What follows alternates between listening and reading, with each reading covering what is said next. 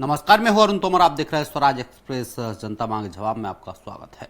छत्तीसगढ़ में विष्णुदेव साय सरकार का एक साल पूरा हो गया है। इस एक साल में साय सरकार ने नक्सलवाद पर अंकुश लगाने में काफी हद तक कामयाबी पाई है। इस साल 1 जनवरी से अब तक 222 नक्सली मारे गए हैं। एक साल को जनादेश पर्व के रूप में मना रही साय सरकार इसे अपनी बड़ी उपलब्धि बता रही है। वहीं कांग्रेस साय सरकार पर तंज कस रही है। देखिए हमारी खास रिपोर्ट।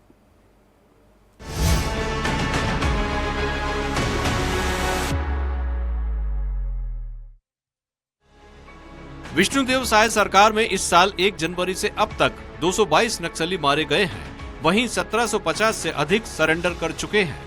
केंद्रीय गृह मंत्री अमित शाह ने मार्च 2026 तक नक्सलवाद को खत्म करने का लक्ष्य तय किया है। उसी के अनुरूप साय सरकार लगातार नक्सलवाद के विरुद्ध कार्रवाई कर रही है। इस साल की प्रमुख बड़ी नक्सल घटनाओं पर नजर डालें तो 20 मार्च को दंतेवाड़ा में 2 नक्सली मारे गए, इनमें एक महिला नक्सली शामिल। 3 अप्रैल बीजापुर के करचोली में 13 नक्सली मार गिराए। 16 अप्रैल कांकेर की मुठभेड़ में 29 नक्सली मारे गए थे, इनमें 15 महिलाएं शामिल। 29 अप्रैल नारायणपुर में छत्तीसगढ़ महाराष्ट्र बॉर्डर पर 10 नक्सली मार गिराए, इनमें 3 महिला नक्सली शामिल। 10 मई बीजापुर में 12 नक्सली किए ढेर। 23 मई अबूझमाड़ के रेकावाया में 8 नक्सली मार गिराए। 8 जून अबूझमाड़ के आमदई एरिया में 6 नक्सली किए ढेर। 15 जून अबूझमाड़ में 8 माओवादी मारे गए, इनमें 4 महिला नक्सली शामिल। 17 जुलाई छत्तीसगढ़ महाराष्ट्र बॉर्डर पर मुठभेड़ में 12 नक्सली मार गिराए। 20 जुलाई सुकमा के जगरगुंडा इलाके में 1 नक्सली मारा गया। 29 अगस्त नारायणपुर कांकेर बॉर्डर पर मुठभेड़ में 3 महिला नक्सली किए ढेर। 3 सितंबर दंतेवाड़ा में 9 नक्सलियों को मारा गया, इनमें 6 महिला नक्सली शामिल। 5 सितंबर छत्तीसगढ़ तेलंगाना बॉर्डर पर 6 माओवादियों को ढेर किया, इनमें 2 महिला नक्सली शामिल। 22 नवंबर सुकमा में 10 नक्सली किए ढेर।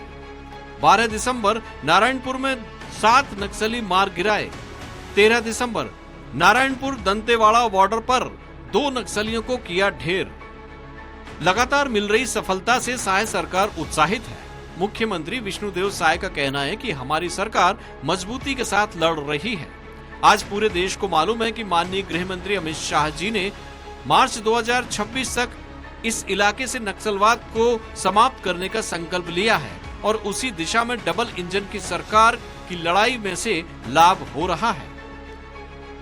आज पूरे देश को मालूम है और माननीय हमारे देश के यशस्वी गृह मंत्री श्री अमित शाह जी मार्च 2026 तक ये नक्सलवाद को पूरे देश से समाप्त करने का संकल्प लिया है और उस दिशा में डबल इंजन की सरकार के कारण भी इस लड़ाई में हम लोगों को लाभ हो रहा है।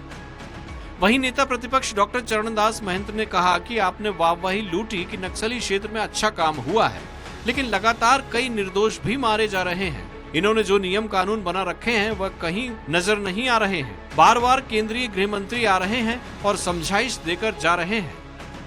तो नक्सल मोर्चे पे इनने जो नियम कानून बना रखे हैं वो कहीं काम में नहीं आ रहा है। बार बार गृह मंत्री जी आ रहे हैं और समझाइश दे के जा रहे हैं, उसके बाद पता नहीं कहाँ गड़बड़ी कर रहे हैं कि काम नहीं हो पा रहा है। और अगर वो मार रहे हैं नक्सल को खत्म कर पाएंगे तो हम लोग तारीफ करेंगे।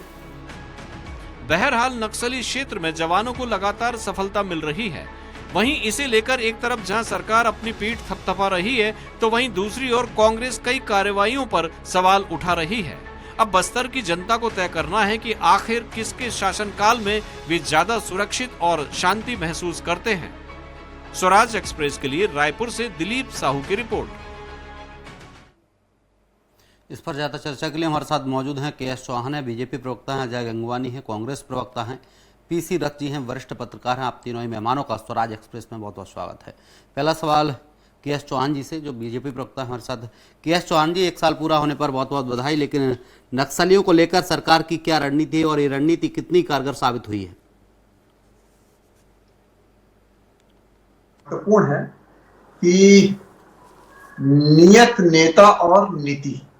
नियत जैसी होगी, नेता जैसा होगा वैसी उसकी नीयत होगी, वैसी वैसी नीति बनेगी और उसके बाद इम्प्लीमेंटेशन के लिए जो हमारी विष्णुदेव साय सरकार है वो भी कटिबद्ध है।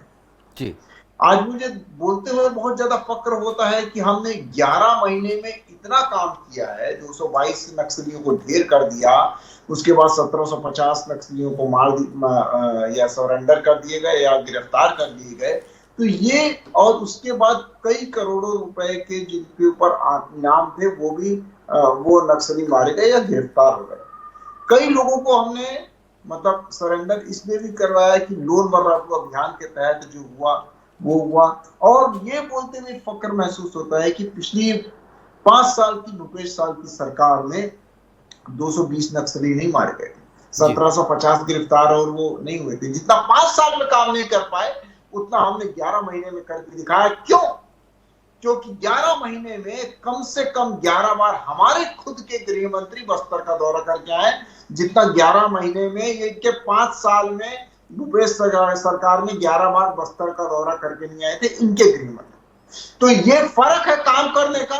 और ये फर्क है जब उस 2014 के बाद जो हम लोग ने मुख्य विचारधारा के से जो जोड़ने के लिए बस्तर में काम किया है, जो आकांक्षी जिले हम लोगों ने बनवाए, जो 200 किलोमीटर की रेलवे लाइन बिछाई, जो 6 नए रेलवे स्टेशन बिछाए, एयरपोर्ट बनाया, नगरनाथ प्लांट बनाया और बहुत सारी चीजें की। तो ये सभी चीजें पहले बस्तर में नहीं थी। इस वजह से आज घुटनों के बल आके घुटनों में टिक गए हैं नक्सली और 2026 मार्च तक हम पूर्ण नक्सली मुक्त कर देंगे हमारे। लेकिन क्या चौहान जी, आरोप तो ये भी लगते रहे विपक्ष की तरफ से लगातार कि नक्सलियों के साथ साथ कई निर्दोषों को मार दिया गया, कई आदिवासियों को मार गिराया गया है। सरकार नक्सलियों की आड़ में निर्दोषों को भी मार रही है।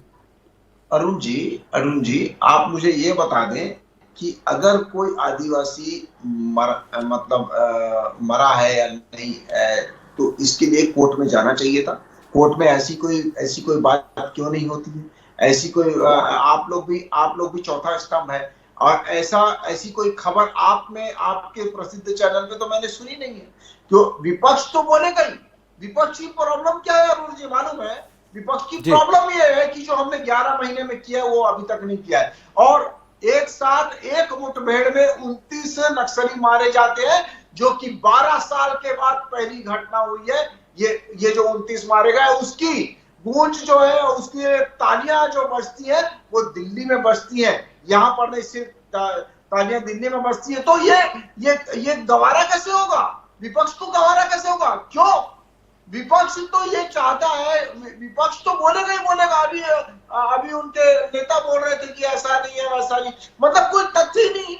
ऐसी कोई चीज करके बताइए जो हमारी सरकार नहीं कर रही और तुम्हारी सरकार कर रही थी। हाँ, हमारी सरकार वो चीज नहीं कर रही जो आपकी सरकार कर रही थी, वो थी निष्क्रियता। वो था उनसे उनका इलाज करवाना। दूसरे राज्यों में आपके कार्यकर्ता पकड़ाए जाते हैं नक्सलियों का इलाज करवाते हुए और उसके बाद टारगेट किलिंग होती है भारतीय जनता पार्टी के कार्यकर्ताओं की। उसके बाद बहुत सारी और भी चीजें होती है जो कि बस्तर के भाई बहन हम लोग को सपोर्ट किए और क्यों नहीं हो पा रहे थे इनके भूपेश सरकार की तरफ से। क्यों? क्योंकि इनकी नीयत नहीं थी और वैसे नेता नहीं है इनके। क्योंकि बिल्कुल क्या चौहान जी, अजय गंगवानी जी हमारे साथ कांग्रेस प्रवक्ता है, उनसे सवाल ले लेते हैं। अजय गंगवानी जी, बीजेपी कह रही कि आप 5 साल में जो नहीं कर पाए वो 11 महीने में 12 महीने में हमने कर दिखाया है। आप बौखलाए हुए हैं, इसीलिए आप लगातार आरोप लगाते हैं। अरुण जी, मैं इनकी बात से पूरी तरह सहमत हूँ कि ये जो हम नहीं कर पाए वो कर रहे हैं। ये अपने नेताओं की हत्याएं करवा रहे नक्सलियों से। ये हमारे 5 साल में नहीं हो रहा था। बिल्कुल 100% चौहान जी ठीक बोल रहे हैं। मैं देखो कुछ उदाहरण देता हूँ अरुण जी। महत्वपूर्ण बात है कि आज शुक्रवार है, 2 दिन पहले मंगलवार को भारतीय जनता पार्टी के नेता बीजापुर के मांडोराम कुरियाम को घर से उठा के गला रेत कर हत्या कर दी जा रही है। ये भाजपा के शासन में संभव है। और न केवल इनकी हत्या, आज 1 सप्ताह के भीतर 3 भारतीय जनता पार्टी के नेता, 1 आंगनबाड़ी सहायिका, 1 ग्रामीण महिला की 5 लोगों की हत्या 1 हफ्ते के अंदर हो जा रही है। ये सिर्फ और सिर्फ भारतीय जनता पार्टी की सरकार ही कर सकती है। दूसरा देखिए, ये छोटा उदाहरण नहीं है। इससे पहले बीजापुर में भारतीय जनता पार्टी के वैकार प्रकोष्ठ उपाध्यक्ष कैलाश तक की हत्या होती, इनके जनपद सहकारिता समिति के अध्यक्ष तिरुपति कटला की हत्या होती है, उसके पहले कोमल मांझी की, उसके पहले रतन दुबे, उसके पहले बिट्टू बराड़। जनता पार्टी की शायद सरकार अपने नेताओं की नक्सली से सुरक्षा नहीं कर पा रही है। या भाजपा के प्रवक्ता अजय जी, आपकी 5 साल की सरकार में जितने नक्सली नहीं मारे गए उतने उन्होंने 12 महीने की सरकार में मार गिराया, 222 नक्सलियों को मार गिराया है। लगातार कार्रवाई चल रही है। कोई प्रश्न हो तो जोड़ लीजिए, मैं कंप्लीट करूं। क्योंकि आपको सपोर्ट करना चाहिए, अगर सरकार अच्छा काम कर रही तो सपोर्ट करने में क्या हर्ज। अच्छे ये अच्छा काम मानते हैं कैलाश नाग की हत्या को, तिरुपति कटला की हत्या को, कोमल मांझी की हत्या को, क्या अरुण तोमर जी वरिष्ठ पत्रकार है, भाजपा के नेताओं की हत्या को क्या उचित मानते हैं? पहली बात। दूसरी बात, अगर हमारे सरकार की बात करें तो एक महत्वपूर्ण आंकड़ा देना अरुण जी, आज एनसीआरबी के आंकड़ों अनुसार हमने विश्वास विकास सुरक्षा के सिद्धांत को लेकर काम किया, जिसका नतीजा था कि नक्सली घटनाओं में 80%, नक्सली शहादत में 56% की कमी आई। ये शायद सरकार आज लगभग 1 साल हो गया है, कभी गोली की बात करते हैं, कभी बोली की। भैया पहले कंफ्यूज होना तो बंद कीजिए, एक ठोस रणनीति तो बनाइए। क्या कोई ठोस नक्सल से निपटने की कोई नीति है क्या? दूसरी महत्वपूर्ण बात, एक बहुत जो महत्वपूर्ण बात है, आज मानवाधिकार आयोग को इस बात पे कंप्लेन की गई है हमारे द्वारा। आज इनके द्वारा 3 जो मुठभेड़ की गई है, सबसे पहले बस्तर की, बीजापुर की, दूसरी पीडिया में, तीसरा कोयलीबेड़ा में। ये तीनों जो फर्जी मुठभेड़ है जिसमें ग्रामीण आदिवासियों की मौत हो गई। एक महत्वपूर्ण आपको अरुण जी, 25/2024 को कांकेर जिले के कोयलीबेड़ा में फर्जी मुठभेड़ की गई। वहां के ग्रामीणों ने 3 लोगों की हत्या की गई। 3 लोगों के पास टिकट का कार्ड, 3 का आधार कार्ड, लेकिन की बैंक। अजय जी, अगर फर्जी हत्या की गई थी तो आपको उसको लेकर शिकायत करनी चाहिए थी। जी हमने की है। आज देखिए लिखित जो है हमने राजभवन को एक प्रतिनिधि मंडल कांग्रेस का गया, आज पूरी डिटेल के साथ, ग्रामीण की गवाही के साथ, 3 लोगों के मनरेगा की फोटोकॉपी के साथ हमने राजभवन में इनको निर्देशित किया कि भैया इसमें निर्देशित करके कार्रवाई करिए। लेकिन जो डबल इंजन की सरकार है, जो जिस प्रकार से प्रेशर चल रही है, कोई कार्रवाई नहीं हो रही है। कोर्ट में भी चल रहा है, हाई कोर्ट में शिकायत दायर की गई है अरुण जी। दूसरी बात यह है, क्या हुआ चौहान जी, देखिए ये सुन लीजिए, बात पूरी होने दीजिए। करना मैं देख लूंगा आपको, आप अगर ऐसी चाह रहे हैं तो। डिबेट में आपका यही चरित्र हो गया चौहान जी, मैं कंप्लीट करूँ। महत्वपूर्ण बात है, देखिए न केवल ये अभी का सरकार का चरित्र है, 15 साल की रमन सरकार, आज जो 3 ब्लॉक पर नक्सलवाद था अरुण जी, खाद पानी देके 14 जिलों तक फैलाया। केपीएस गिल जो नक्सली विशेषज्ञ माने जाते रहे, उसको पूर्व मुख्यमंत्री रमन सिंह कहते हैं वेतन लो और मौज करो, सारे मीडिया में चलता रहा। इन्हीं के जिला उपाध्यक्ष जगत पुजारा नक्सलियों को 10 साल तक सामान सप्लाई करते पकड़ाते हैं। आज जो धर्मेंद्र चोपड़ा ठेकेदार है, वो भाजपा के सांसद की गाड़ी से एयरपोर्ट से गिरफ्तार होता है। तो ये भारतीय जनता पार्टी का चरित्र है कि दिखावे के लिए तो ये विरोध करते हैं, लेकिन अंदर अंदर समर्थन करते हैं। एक बहुत महत्वपूर्ण उदाहरण मैं और दे रहा हूँ जी, भाजपा के पूर्व मंत्री महेश गागड़ा के भाई पेखन गागड़ा। अजय जी, आप कह रहे हैं कि बाहर से दिखावा करते, अंदर से सपोर्ट करते। अगर सपोर्ट कर रहे होते तो गोली नहीं चलवा रहे होते।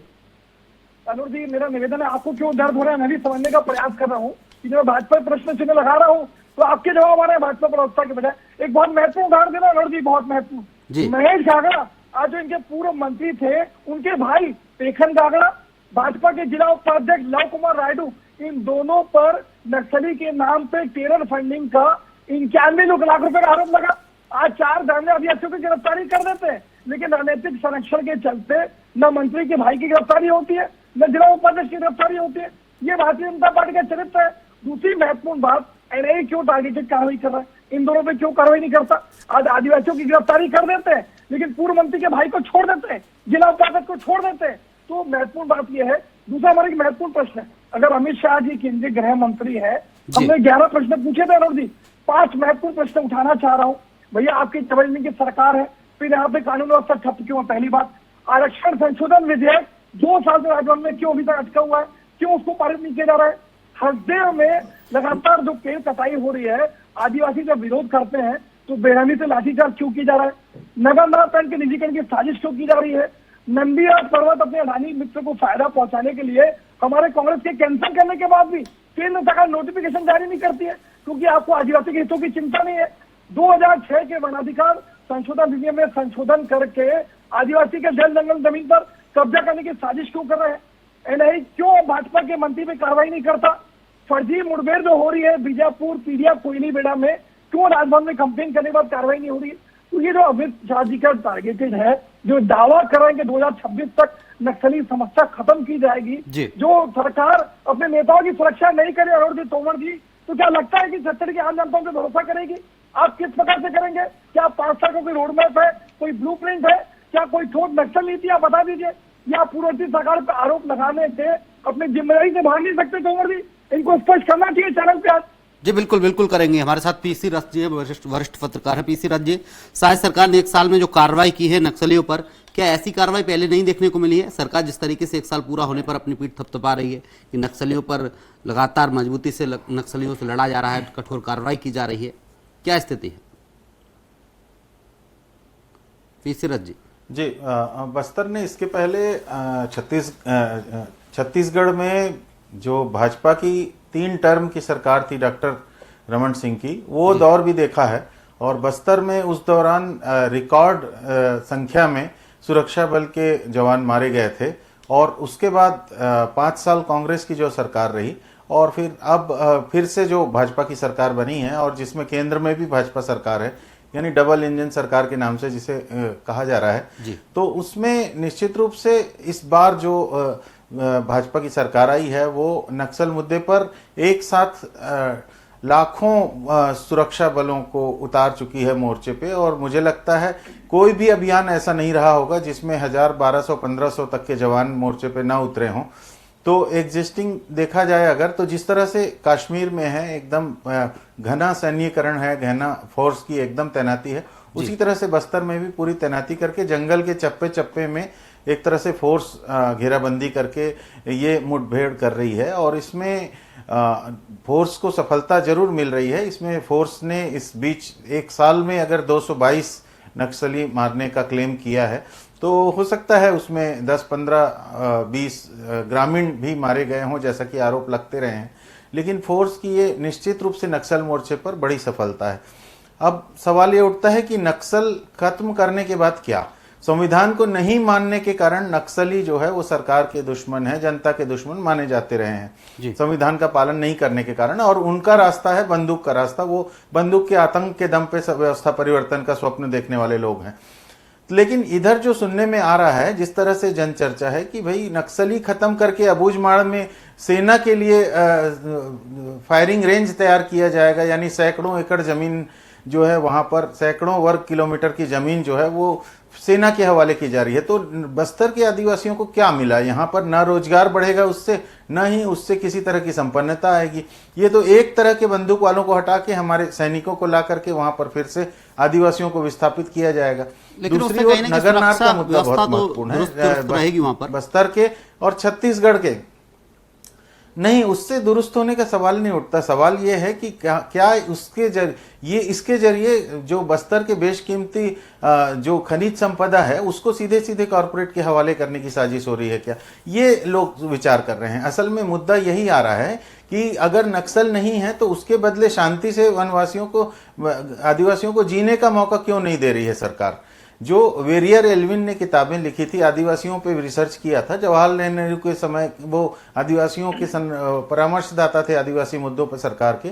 और उस समय अबूझमाड़ को लेकर सरकार ने जो नीति बनाई थी, और उसके बाद भी बस्तर के लोगों को 5वीं अनुसूची के अंतर्गत जो अधिकार दिए जाने थे, जो त्रिपुरा में दिए गए थे, जो दूसरे आदिवासी क्षेत्रों में दिए गए थे, वो बस्तर के नागरिकों को नहीं मिले। जो असंतोष का फायदा नक्सलियों ने उठाया आदिवासियों के बीच आकर के, उसका बहुत बड़ा कारण ये भी था कि हमारे सरकारें, हमारी राज्यपाल उस तरह से संवेदनशील नहीं रहे आदिवासियों के हितों के प्रति।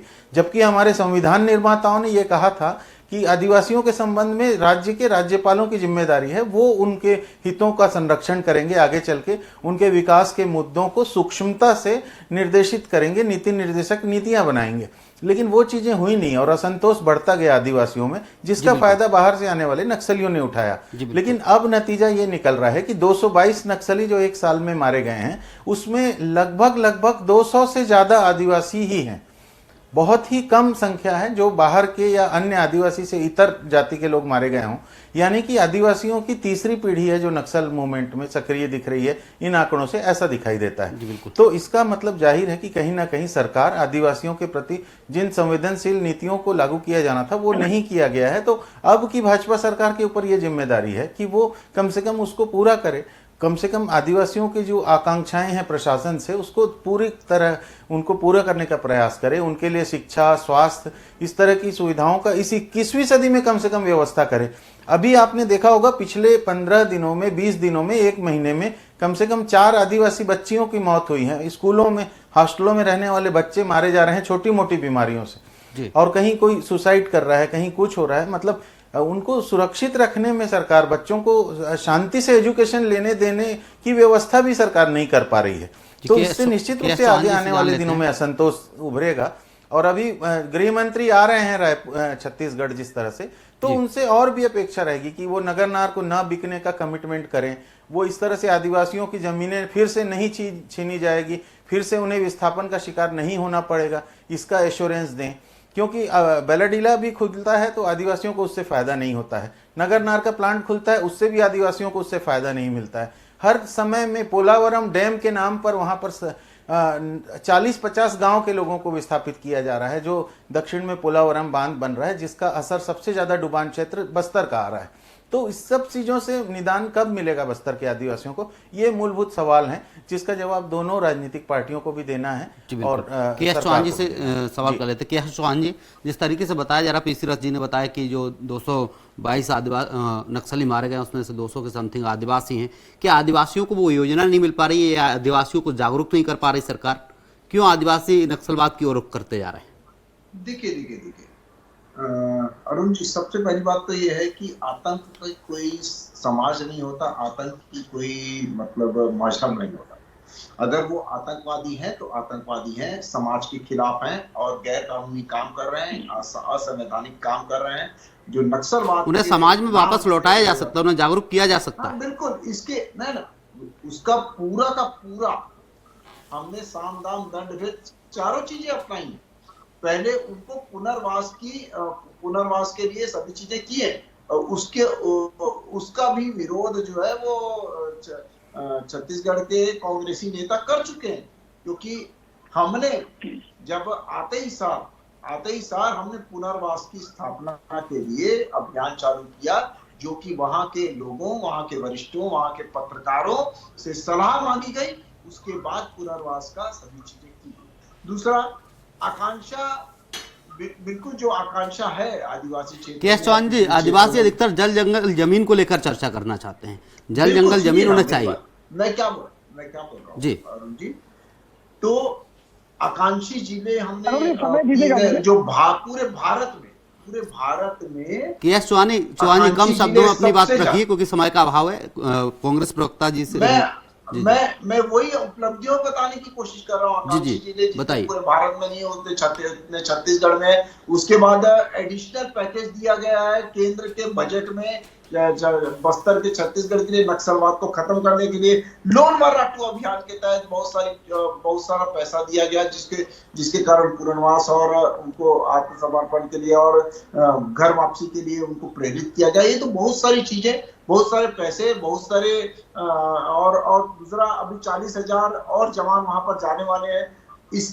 वहां पर डेवलपमेंट करेंगे, लेकिन इसका मतलब ये नहीं है कि हम वहां के आदिवासियों का हक छीन के करेंगे। उनका हक भी मिलेगा और डेवलपमेंट भी होगा। जब डेवलपमेंट होगा तो उनका हक अपने आप मिलेगा। और जब वहां पर कोई भी प्लांट बनेगा, छोटे से छोटा या बड़े से बड़ा, तो वहां के रहवासियों को तो वहां पर से रोजगार मिलेगा ना। उनको तो ये नहीं बोला जाएगा कि आप हट जाइए और हम दूसरे लोगों को हम रोजगार देंगे, ऐसा तो नहीं होगा। दूसरा, जितना हमने जब से 2014 के बाद जो 6 राज्यों से हमने जो सड़कें बनाई हैं, जो हाईवे कनेक्ट किया है, मुख्य धारा से जोड़ने जी, समय का अभाव, आपको रोकना चाहूंगा, अजय गंगवानी कुछ कहना चाह रहे हैं, कम शब्दों में अपनी बात रखिए अजय जी। अरुण जी, एक बहुत महत्वपूर्ण बात है। वरिष्ठ पत्रकार पीसी रथ ने एक बहुत अच्छी बात कही कि किसी भी राज्य के राज्यपाल का ये नैतिक दायित्व है, उनको संवैधानिक मुखिया है कि आदिवासियों के अधिकारों के संरक्षण का पूरा प्रयास किया जाना चाहिए। मैं आपको 5 महत्वपूर्ण उदाहरण दे रहा हूँ यहाँ पे, क्योंकि जो लगातार भारतीय जनता पार्टी का जो चरित्र है वो आदिवासी विरोधी है। पहली बात, 2 दिसंबर 2 साल हो चुके हैं, आरक्षण संशोधन विधेयक जो 32% आरक्षण मिलना चाहिए, जो वंचित शोषित वर्ग है आदिवासी, उनको अधिकारों के संरक्षण की जो हमने आरक्षण संशोधन विधेयक पारित किया था राजभवन के हस्ताक्षर के, पहली बात। दूसरी महत्वपूर्ण बात, नगरनार प्लांट जिसमें एनएमडीसी का 23,000 करोड़ का लगा हुआ है, बस्तर के आदिवासियों की भावनाएं जुड़ी हुई है। आज विनिवेश सूची में उसका नाम डाला गया है। क्या अमित शाह यहाँ आके ये घोषणा करेंगे कि नगर महाप्राण के निजीकरण की साजिश नहीं की जाएगी? दूसरी बात, तीसरी बात, आपने आदिवासियों की जमीन की बात की तो एक महत्वपूर्ण अधिनियम था 2006 का वनाधिकार संशोधन अधिनियम। इसमें केंद्र की मोदी सरकार ने जानबूझ के संशोधन करके आदिवासी वर्ग के जल जंगल जमीन पर कब्जा करने के जो मार्ग है उसको प्रशस्त करने का प्रयास किया है। ये बहुत आपत्तिजनक है। चौथी महत्वपूर्ण बात, हरदेव में जब 10 लाख से ज्यादा पेड़ काट दिए जा रहे हैं, आदिवासी बेचारे उसका विरोध करते हैं तो बेरहमी से लाठी चार्ज करके जी बिल्कुल की पिटाई की अजय जी, जाती है। आपको रोकना चाहूंगा, आदिवासी के समर्थन में रोकना चाहूंगा, अब आपको समय का अभाव है। पीसी रज्जी से आखिरी और कम शब्दों में पीसी रज्जी अपना जवाब दीजिए। सरकार नक्सलियों को लेकर जो रणनीति अपना रही है, 2026 तक नक्सलवाद को खत्म करने की बात कर रही है, क्या नक्सलवाद वाकई में खत्म हो पाएगा इस तरीके से?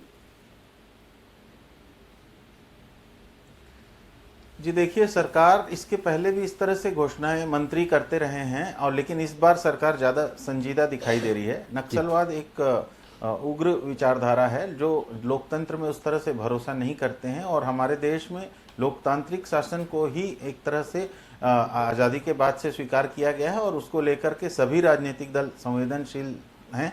इसलिए लोकतंत्र का रास्ता ही हमारा असली रास्ता है, और उससे अगर अलग कोई रास्ता बनाता है तो उसको देश का संविधान भी स्वीकार नहीं करता और लोग भी स्वीकार नहीं करते। इसी कारण इतने समय के संघर्ष के बाद भी नक्सल मूवमेंट उस तरह से सारी परिस्थितियां उनके अनुकूल, जंगल का वातावरण होने के बाद भी वो उस तरह से प्रभावी नहीं हो सका, जिसका कारण यही है। समय का अभाव है पीसी रज्जी, अब आपको भी रोकना पड़ेगा मुझे। चाहती है कि सरकार जो है जी समय का अभाव, रोकना पड़ेगा आपको। तमाम चर्चा के लिए हमारे साथ के.एस. चौहान जी जुड़े, बीजेपी प्रवक्ता अजय गंगवानी जी, कांग्रेस प्रवक्ता पीसी रज्जी हमारे साथ वरिष्ठ पत्रकार जुड़े चर्चा के लिए। आप तीनों ही मेहमानों को तमाम चर्चा के लिए बहुत बहुत शुक्रिया। फिलहाल के लिए जनता मांगे जवाब में इतना ही। आप देखते रहिए स्वराज एक्सप्रेस। नमस्कार।